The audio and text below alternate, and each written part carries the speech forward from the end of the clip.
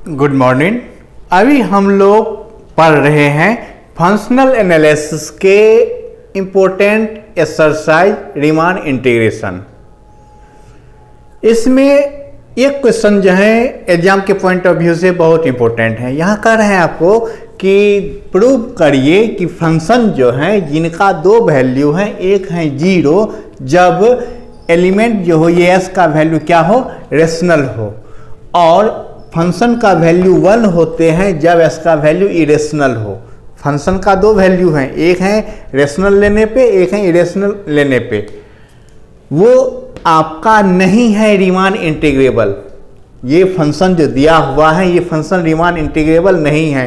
कहाँ पर? तो क्लोज इंटरवल 0-1 में। इंटरवल भी दिया है, फंक्शन भी दिया है। अब आपको ये प्रूव करना है कि यह रीमान इंटीग्रेबल नहीं है।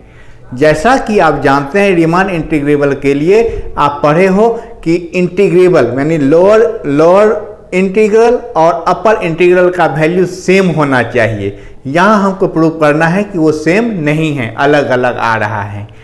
क्वेश्चन में हमको दिया हुआ है फ्रॉम का गिवन क्वेश्चन fs क्या है, इसका एक वैल्यू 0 है, एक वैल्यू 1 है जब रेशनल और इरेशनल लेते हैं।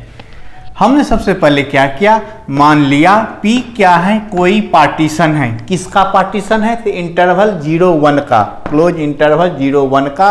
इस प्रकार कि P का वैल्यू आपको दिया हुआ है 0, S1, S2, Sn, n part में ये पार्टीशन हम इसको डिवाइड किए। 0 और 1 इंटरवल जो है इसको n पार्ट में डिवाइड किए।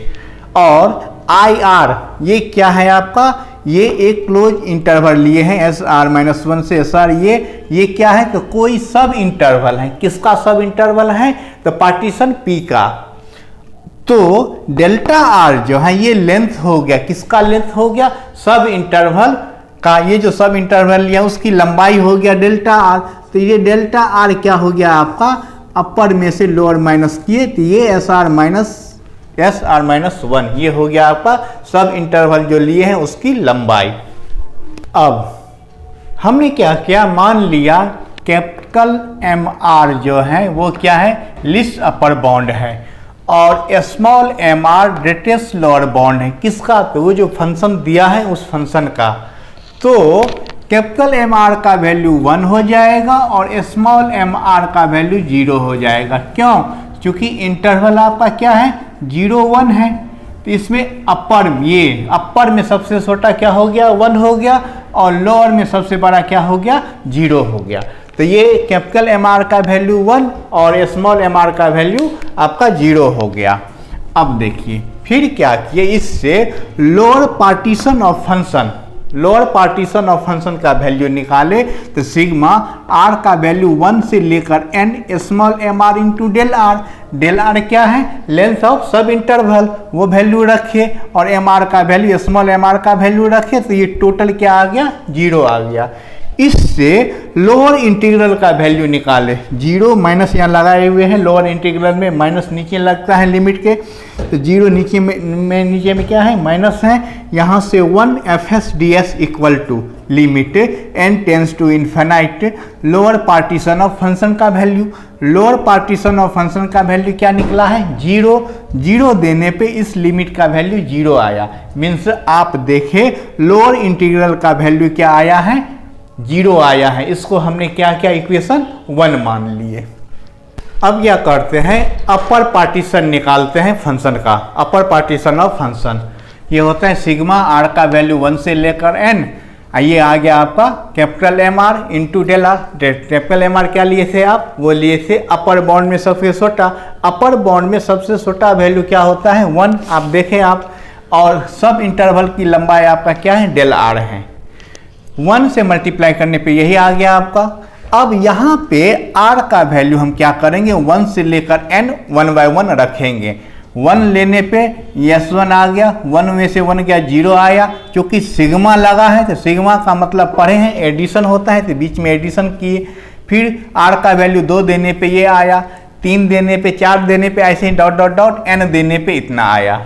अब ब्रैकेट हटाने के बाद जो सेम क्वांटिटी और अपोजिट साइन है उसको हम क्या किए, कैंसिल कर दिए। कैंसिल करने पे हमको मिला क्या, Sn, यहाँ पे माइनस में S0, आप देखे हैं कि इंटरवल जो लिए थे, पार्टीशन किए थे हम इंटरवल का, उसमें Sn का वैल्यू क्या था, 1 था और S0 का वैल्यू 0 था। इस दोनों को सॉल्व करने पे 1 आया। 1 किसका वैल्यू आया, तो 1 वैल्यू आया अपर पार्टीशन ऑफ फंक्शन का।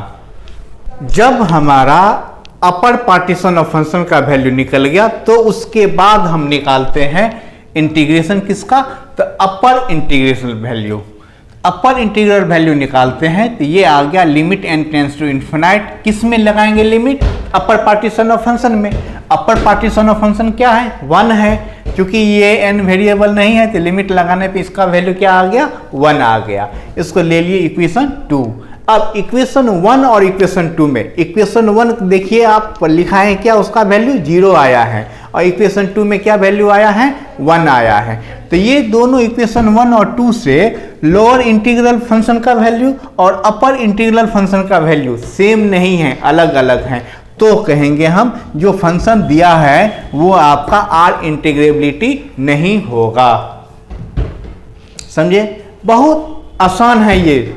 जैसे आप पढ़े कि कोई कांस्टेंट फंक्शन आर इंटीग्रेबल होते हैं, वैसे ये क्या था, उसी विधि से सेम वही विधि बनाए हैं हम।